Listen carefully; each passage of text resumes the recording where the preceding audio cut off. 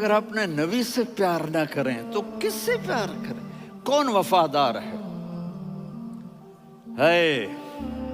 قیامت کا منظر ہوگا، میں اپنی بیگم سے کہوں گا میں تمہیں نہیں پہچانتا، میرے رب کی قسم، یوم یفر المرء من اخیہ وامہ وابیہ وصاحبتہ وبنیہ یود المجرم لو یفتدی یومئذ من یومئذ بنیہ وصاحبتہ واخیہ وفصیلتہ التی تؤویہ ومن فی الارض جمیعا کلا، قیامت کے دن میں کہوں گا صفیہ میں تمہیں نہیں پہچانتا، یہ کہے گی مولانا صاحب میں آپ کو نہیں پہچانتی، یہ یوسف میرا بیٹا بیٹھا ہے، میں کہوں گا کون ہو، کہاں سے آئے ہو؟ یہ کہے گا ابا آپ کون ہو، کہاں سے آئے ہو؟ بھائی بھائی کو نہیں پہچانے گا۔ ماں اور اولاد کا کتنا گہرا رشتہ ہوتا ہے، ماں کہے گی میں نے تمہیں جنا ہی نہیں ہے، اور جب جہنم میں ایک چیخ مارے گی تو سارے انسان اور فرشتے اور انبیاء ایسے گریں گے اور سب نفسی نفسی، آدم علیہ السلام نفسی نفسی، نوح علیہ السلام نفسی نفسی، ابراہیم علیہ السلام نفسی نفسی، اسماعیل، اسحاق، یعقوب، یوسف، یونس، عیسیٰ، موسیٰ، یوشع، لوط، شعیب، صالح، ہود، سارے انبیاء نفسی نفسی نفسی نفسی، میری جان بچا میری جان بچا۔ ایک طرف سے ایک آواز آئے گی، ایک آواز آئے گی، امتی امتی، واہ یا رسول اللہ ہم آپ پہ قربان جائیں۔ جس دن ماں نہیں پوچھ رہی، نبی نہیں پوچھ رہے، بیٹا نہیں پوچھ رہا، بھائی نہیں پوچھ رہا، یا رب امتی امتی، یا رب امتی امتی، یا اللہ میری امت، یا اللہ میری امت، یا اللہ میری امت، تو نظریں طواف کریں گی، یہ آواز کہاں سے آ رہی ہے؟ یہ کون بول رہا ہے؟ سب سے الگ کون ہے جو امتی امتی کہہ رہا ہے؟ جب نظریں آواز کی طرف چلتے چلتے چلتے چلتے پہنچیں گی تو وہاں میرے آپ کے جھولی پھیلا کے کھڑے، یا میری امت کو، یا اللہ میری امت کو۔ کون سی امت جو ساری زندگی شرابیں بیچتے رہے، جوئے کھیلتے رہے، زنا کرتے رہے، سود کھاتے رہے، جھوٹ بولتے رہے، چوریاں کرتے رہے، ڈاکے مارتے رہے؟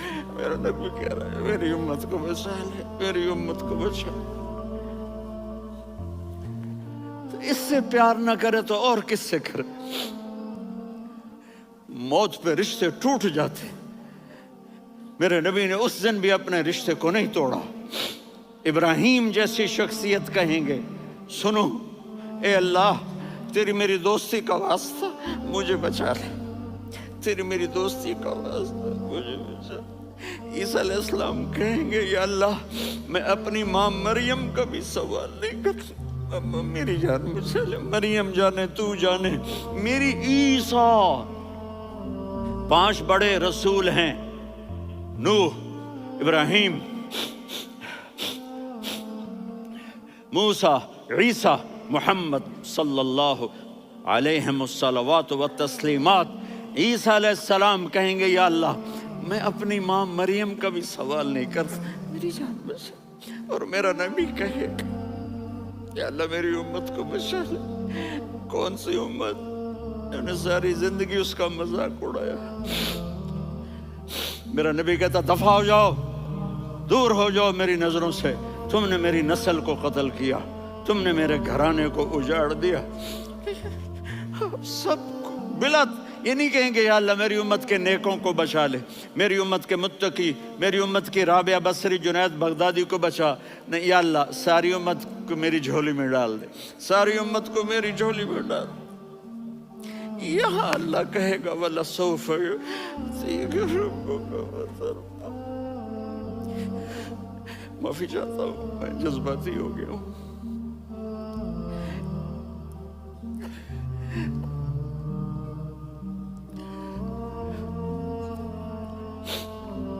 میرے بھائی بہنوں، میرے بچوں، تھوڑی سی زندگی ملی ہے، تھوڑی سی زندگی ملی ہے، اپنے حبیب کی زندگی کو اپنا لو۔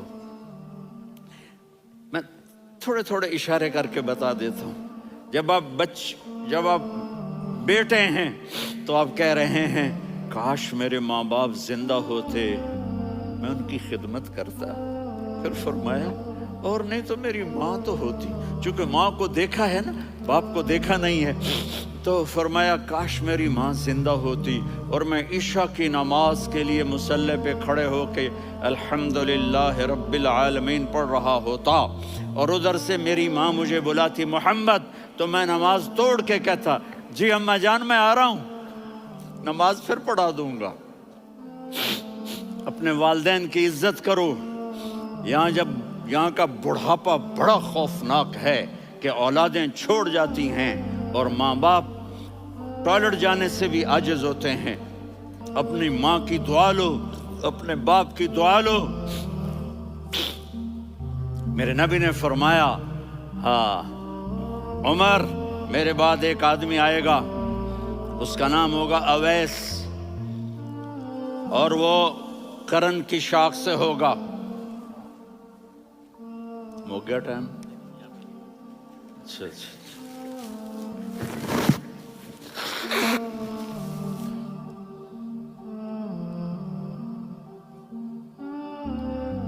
اس سے دعا کرانا، علی آپ بھی، عمر آپ بھی، یا رسول اللہ کس لیے؟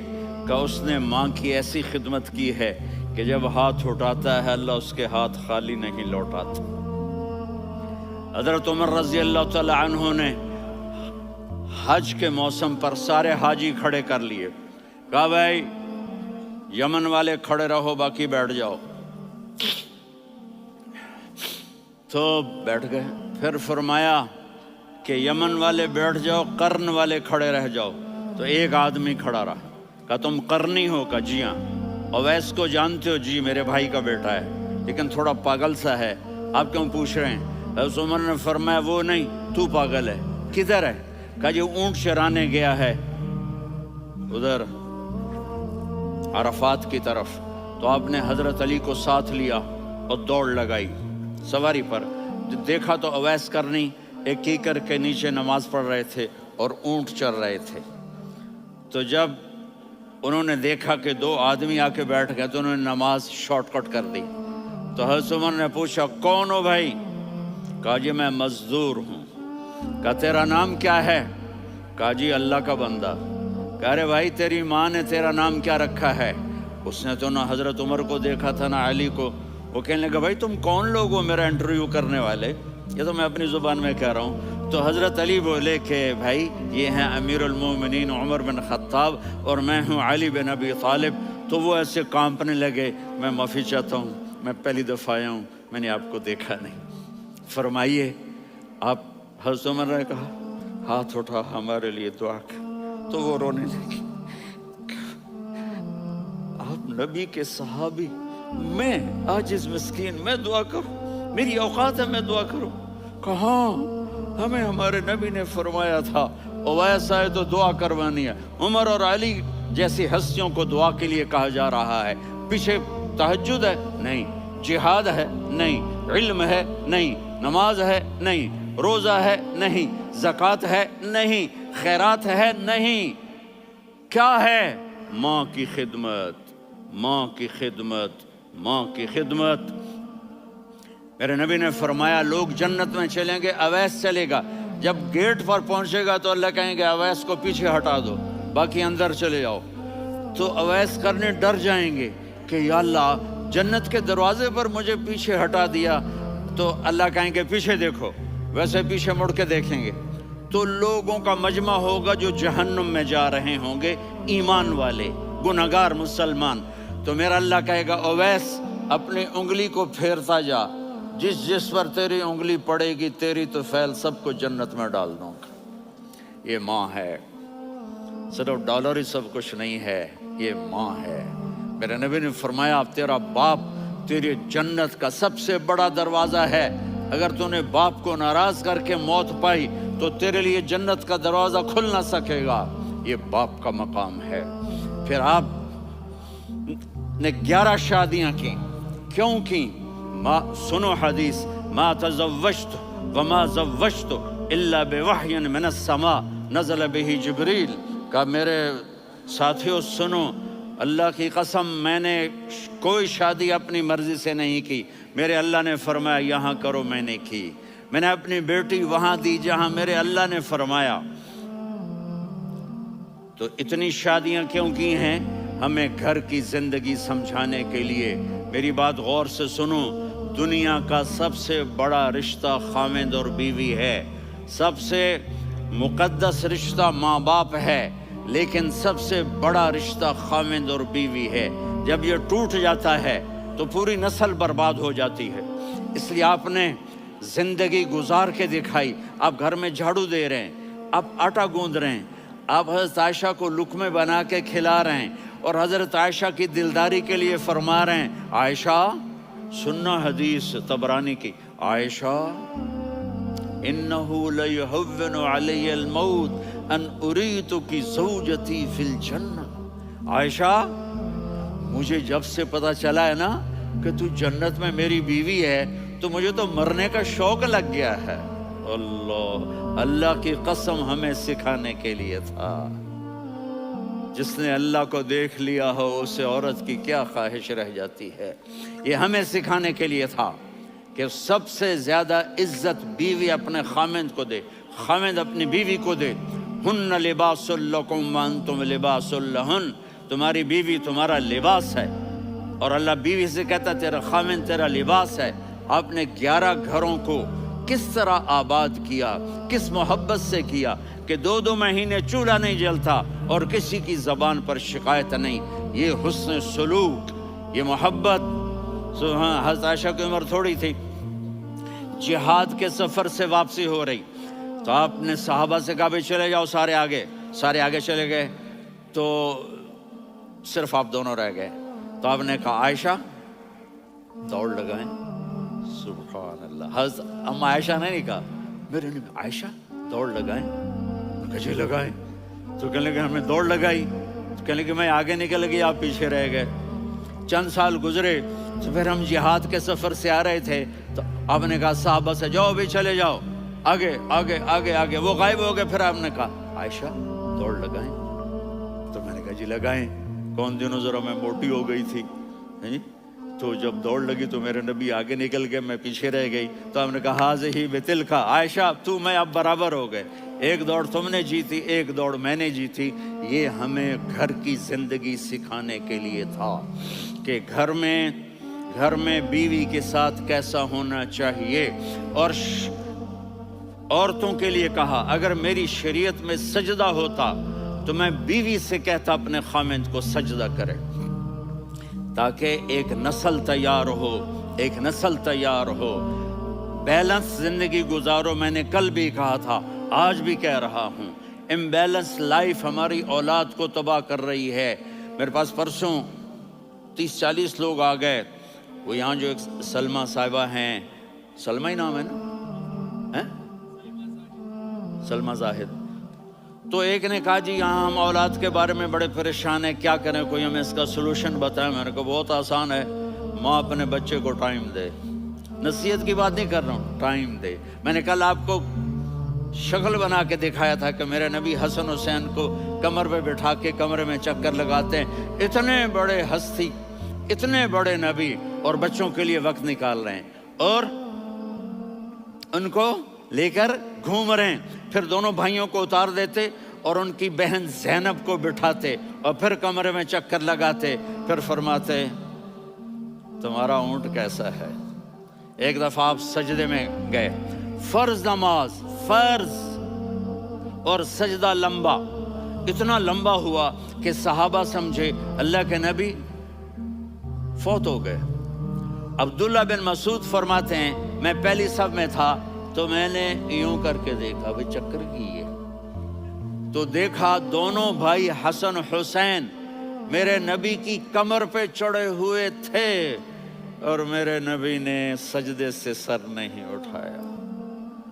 یہ کام کرو تو بچے تم سے پیار کریں گے. تم کہتے ہو بچے ہم سے ڈرتے نہیں. میں نے کل بھی کہا تھا ڈائن نہ بنو، ماں بنو. تھانے دار نہ بنو، باپ بنو۔ تو انہوں نے ایسے ہاتھ آگے کیا کہ میں بچوں کو نیچے اتاروں۔ تو مجھے دیکھنا، آپ نے یہاں سے ایسے سجدہ ہوتا ہے نا، تو آپ نے ادھر یا ادھر سے دیکھا کہ ایک ہاتھ آگے آ رہا ہے میرے بچوں کو اتارنے کے لیے، تو آپ نے سجدے میں یوں کیا، یہ دیکھ رہے ہو، وہ پیچھے ہٹ گئے۔ جب تک وہ خود نہیں اترے میرے نبی نے سجدے سے سر نہیں اٹھایا۔ اور جب نماز سے فارغ ہوئے تو ایک دم دونوں کو اپنی گود میں لیا، کبھی ابی ہما و امی لا تؤذوہما، میری جان قربان ہو ان دونوں پر، یہ میرے جگر کے ٹکڑے ہیں، انہیں دکھ نہ پہنچانا۔ کیا آپ دیکھ رہے تھے؟ ایک زہر میں تڑپ تڑپ کے مارا جائے گا اور ایک کا سر کاٹ کے نیزے پہ چڑھایا جائے گا۔ آپ کو اولاد کی محبت، نبی جس دن آپ جا رہے تھے، پیر 12 ربیع الاول 11 ہجری 611 عیسوی 6 جون، آپ نے ساری بیویوں کو بلایا، اطمینان سے ملے، رخصت فرما دیا۔ پھر داماد علی کو بلایا، ان کا سر اپنی گود میں رکھے، ان کے کمر پہ ہاتھ پھیر نہ، فاطمہ کو بلایا، ان کے کان میں کہا بیٹی میں جا رہا ہوں۔ وہ رونے لگیں، کہا رو نہیں، تو بھی جلدی میرے پاس آ جائے گی۔ 6 مہینے بعد صرف 24 سال کی عمر میں حضرت فاطمہ کا انتقال ہوا۔ پھر آپ نے علی کو بلایا، دعا دی، کہا پھر حسن حسین کو بلاؤ۔ جو ہی آپ نے ان کو یوں لیا تو آپ کے ایسے پانی کی طرح آنسو بہنے لگے، اس طرح کہ آپ آگے دیکھ رہے تھے کہ ایک بچے کا سر کٹ کے نیزے پہ چڑھ رہا ہے اور ایک زہر میں تڑپ رہا ہے، لیکن آپ نے تقدیر، اللہ کی تقدیر پر راضی ہو گئے۔ اور جبریل، تھوڑی دیر کے بعد جبریل آئے، یا رسول اللہ موت کا فرشتہ باہر ہے، اندر آنا چاہتا ہے۔ جہاں موت بھی پوچھ کے آئے، اس ہستی سے پیار نہ کریں تو اور کس سے کریں؟ ملک الموت بھی اجازت لے کر اندر آئے اور آ کر کہا السلام علیکہ یا رسول اللہ۔ آپ نے کہا وعلیکم السلام۔ کہا یا رسول اللہ آپ پہلی ہستی ہیں جنہیں میں سلام کر رہا ہوں، میں نے نبیوں کی جانیں نکالی، نیکوں کی، کسی کو سلام نہیں کیا، آپ پہلے ہیں جنہیں میں سلام کر رہا ہوں۔ یا رسول اللہ آپ پہلے ہیں جنہیں آپ کے رب نے کہا کہ میرے نبی سے پوچھ کے اندر جانا، بغیر پوچھے نہ جانا۔ آپ پہلی ہستی ہیں، میرے رب نے کہا آنا چاہیں تو لے آنا، رہنا چاہیں تو چھوڑ کے آ جانا۔ آپ نے فرمایا اگر میں کہوں تو میری جان نکالو گے؟ کہا جی نکالوں گا۔ تو آپ نے جبریل کو دیکھا، آدمی یہاں سے سوال کرتا ہے کہ تو کیا کہتا ہے، جاؤں یا ٹھہروں؟ تو جبریل کہنے لگے یا رسول اللہ، اللہ آپ کی ملاقات کے شوق میں ہے۔ اوپر سارے سٹیج سج گئے ہیں آپ کے ویلکم کہنے کے لیے، آج 7 آسمان کے فرشتے اکٹھے۔ سنو اب میری آخری بات ہے۔ آپ نے کہا دیکھو حسن حسین کے لیے ہاتھ نہیں اٹھائے، دیکھ رہے تھے تڑپتا ہوا زہر میں اور کٹتا ہوا سر، ان کے لیے ہاتھ نہیں اٹھائے۔ آپ نے جبریل سے کہا جاؤ اللہ سے پوچھ کے آؤ میرے بعد میری امت کے ساتھ کیا کرے گا۔ یہ جو ہم بیٹھے ہوئے ہیں گناہوں کے داغ اپنے سینے پر لے کر، چہرے پر لے کر، کہا جاؤ پوچھ کے آؤ میری امت کے ساتھ کیا کرے۔ ملک الموت وہیں کھڑا رہا، جبریل واپس گئے اور وہاں سے پیغام آیا کہ میرے محبوب ہم آپ کی امت کو تنہا نہیں چھوڑیں گے، مجھے میرے رب کی عزت کی قسم، ادھر ٹائم بھی ختم ہو چکا ہے، میں آخری بات کر رہا ہوں، اگر اس وقت میرے نبی یہ اللہ کو نہ منواتے تو آج ہم بھی بندر خنزیر بن کے پھر رہے ہوتے۔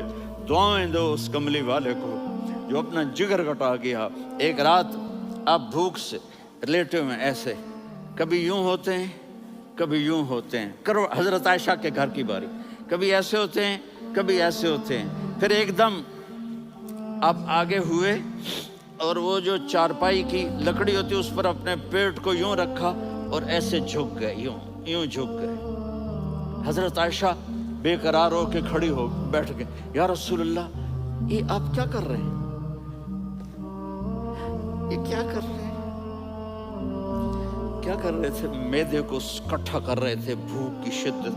فرمایا عائشہ بھوک بڑی لگی، عائشہ بھوک بڑی لگی۔ جس کے لیے کائنات بنائی. عائشہ بھوک بڑی لگی تو حضرت عائشہ رونے لگی. یا رسول اللہ، آپ یوں ہاتھ اٹھائیں گے اور آپ کے لیے سب کچھ آ جائے گا، آپ مانگتے کیوں؟ کہا عائشہ مجھ سے پہلے میرے بھائی انبیاء اسی فاقے میں گئے، میں بھی اسی فاقے میں اپنے رب سے ملاقات کروں گا. میرے عزیزوں، میرے بچوں، نوجوان بیٹھے ہو، بچیاں بچے، اپنا آئیڈیل اپنے نبی کو بناؤ، اپنا آئیڈیل اپنے نبی کو بناؤ اور نبی والے اخلاق سیکھو، آپ کے گھر آباد ہو جائیں گے. برداشت کرنا سیکھو، معاف کرنا سیکھو. اب آپ کینیڈین ہو یا جہاں سے بھی ہو، اس پاسپورٹ کی عزت کرو، یہاں کے قانون کا احترام کرو، یہاں وائلیشن نہ کرو، جھوٹ نہ بولو، کسی کو دھوکہ نہ دو. یہاں کی لڑکیوں سے اس لیے شادی نہ کرو کہ میرے پیپر بن جائیں، قیامت کے دن کالے منہ کے ساتھ اٹھائے جاؤ گے. اور جو حکومت تمہارے لیے قانون بناتی ہے اس کو فالو کرو. ٹیکس کی چوری مت کرو، یہ گورنمنٹ تم پر لگاتی ہے، ہماری حکومتیں تو لگاتی نہیں ہیں، لیکن یہ حکومت تو تم پہ لگاتی ہے. تو اللہ کے واسطے چور نہ بنو. ٹیکس کی چوری بہت بڑی چوری ہے کہ سب آپ کے کاموں کے لیے استعمال ہوتا ہے. تو یہاں کے قانون کو اوروں سے زیادہ اچھی طرح فالو کرو. دوسرا، یہاں غیر مسلم رہتے ہیں، سب کو عزت دو، سب کو عزت دو، ان کی خوشی میں ان کو مبارک دو.